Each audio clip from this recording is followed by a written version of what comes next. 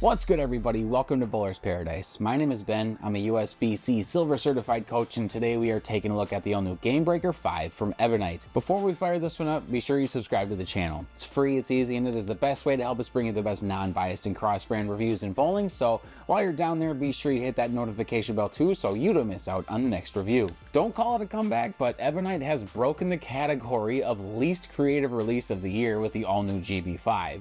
This now blue version of the benchmark ball features the same V2 core as all its predecessors, and this time is wrapped in an updated version of the GB 12.7 solid cover. The design intent of this one is quite simple in that it advances Ebonite's performance in the benchmark ball category. And because a benchmark ball like this deserves a benchmark layout it received. The 5x4.5x2.5 2LS layout is about as simple as they get for no thumb layouts and is a surefire way to encourage a simple but reliable reaction out of a piece like this one. Even though I've struggled to match up with symmetrical solids like this in the past, I trusted the design intent and leaned in as best as I could. And on the lanes, I really wanted to like the GB5, but there's just something about it that I don't match up with. Just like so many other symmetrical solid pieces before this one, I was just trapped right out of the gates where if I missed left or right, it would overhook, and the times when I got it to the pocket, I would leave corner pins. This is definitely a product of bowling on a house shot with a piece that's this strong, but no matter the reason, the result was me getting 9 a lot. However, even though the way the GB5 shaped on this house shot wasn't great, I see this piece absolutely destroying longer oil conditions. The type of even read I see out of this one is something that I think will tear up oil patterns that are longer than 42 feet, and those that match up with this one in those settings will be hard to beat.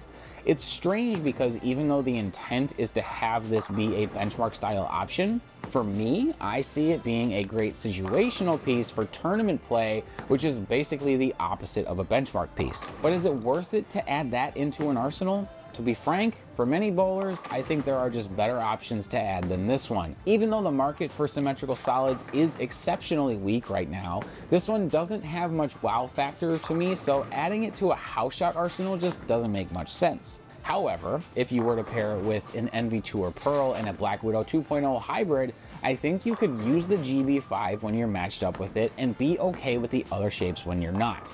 The NV Tour Pearl and Widow 2.0 hybrid are both versatile enough and different enough to cover basically the entire lane, so if you can find the line with the GB5, awesome, use that.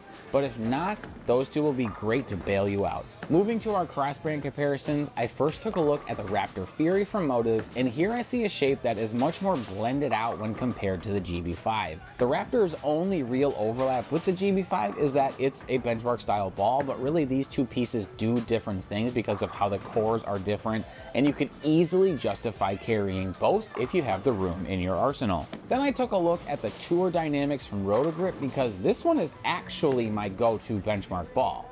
Yes, it's asymmetrical and doesn't really overlap with the GB5 all that much, but it's a great illustration of how benchmark style reactions are based, one, on the design intent of the ball, but also on how the piece matches up with your game. I like this one, but I know some bowlers who don't. But for the GB5, I think that there's two different types of bowlers that would match up really well with this piece. The first is speed dominant players. The GB5 spins really fast and the cover stock is effectively strong. On the shots that I was able to really get it going fast, the shape vastly improved. I think these bowlers will appreciate being able to use a weaker symmetrical ball and still carry corners. The second recommendation is for those who have the pleasure of bowling on longer oil patterns consistently. Our house shot here at Weston Lanes isn't terribly long, but I think the GB5 is going to be a killer on longer oil patterns. Ask your proprietor how long your house shot is, and if it's above 42 feet, regardless of how you throw the bowling ball, I think you're going to love the Gamebreaker 5. It might not be breaking records for the most creative bowling ball, but in the right hands, the GB5 from Ebonite could be the ticket to your own record scores. And you can pick this up today and much more at bowlersparadise.com. Be sure to use the discount code YouTube at checkout for free shipping. Thank you to my friend Nick Pluck for the drilling of this piece, and to Dale's Weston Lanes for letting us film this video.